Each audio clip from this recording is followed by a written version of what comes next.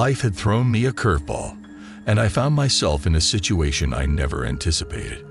Desperate for an affordable place to live, I turned to Craigslist in search of a room to rent.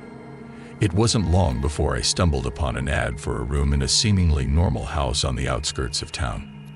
The rent was reasonable, and I was eager to move in and start fresh. Little did I know that this decision would lead me down a path filled with mystery and unease.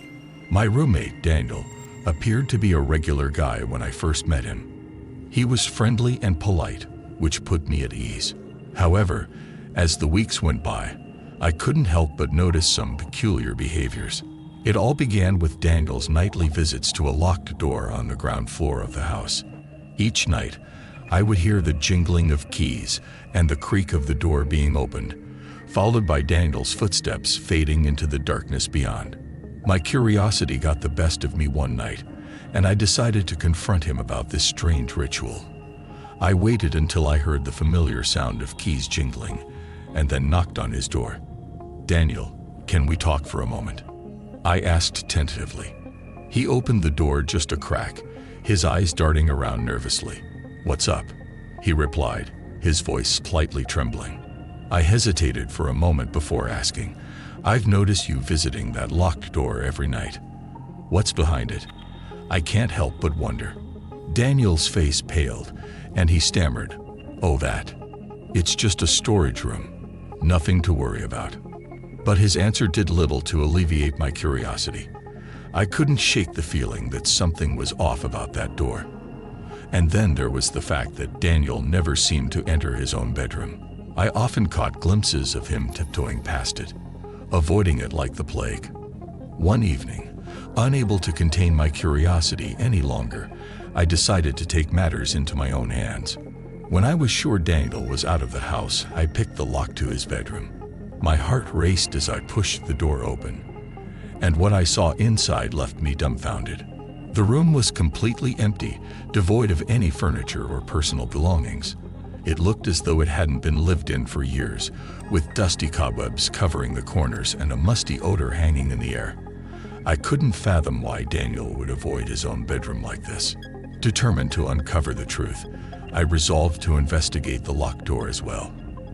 I waited until nightfall, listening for the familiar sound of Daniel's nightly ritual. When I heard the jingling of keys and the creak of the door, I quietly followed him down the dimly lit hallway. Daniel stepped into the room, and I watched as he fumbled for something in the darkness. The room was filled with an eerie silence, broken only by the faintest whispers that sent a chill down my spine. It was as though voices from another world were echoing through the room. I couldn't stand there in silence any longer. I stepped forward and asked, "Daniel, what's going on here? What's behind this locked door?" He turned to me, his eyes wide with fear. "You shouldn't be here," he whispered, his voice barely audible. And then, in a sudden burst of panic, he ran out of the room, slamming the door shut behind him. I was left standing there in the darkness, my heart pounding in my chest. Something was terribly wrong in that house, and I needed to find out what it was. With trembling hands, I reached for the door handle and slowly pushed it open. What I saw in that room will haunt me for the rest of my days. It was a decrepit basement, with walls covered in ominous symbols and strange drawings. In the center of the room stood an old rusted cage, and inside it, something moved. Something that shouldn't exist in this world. I couldn't tear my eyes away from the horrifying sight before me. It was as if I had stumbled upon a nightmare come to life. And as I stood there, frozen in terror, I couldn't help but wonder what had led Daniel to visit this place night after night. Desperate for answers, I decided to do some research on the house. It wasn't long before I discovered that a couple of years ago, the authorities had considered demolishing the house due to criminal discoveries. The previous owner had been involved in some unspeakable activities, and the authorities had sealed off the basement, deeming it too dangerous to enter. It sent shivers down my spine to think that I had been living in a house with such a sinister past.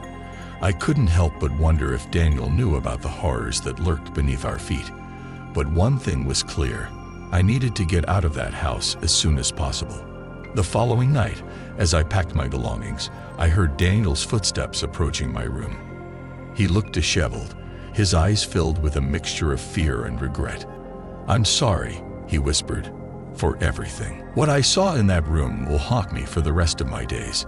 It was a decrepit basement, with walls covered in ominous symbols and strange drawings. In the center of the room stood an old rusted cage, and inside it, something moved. Something that shouldn't exist in this world. I couldn't tear my eyes away from the horrifying sight before me.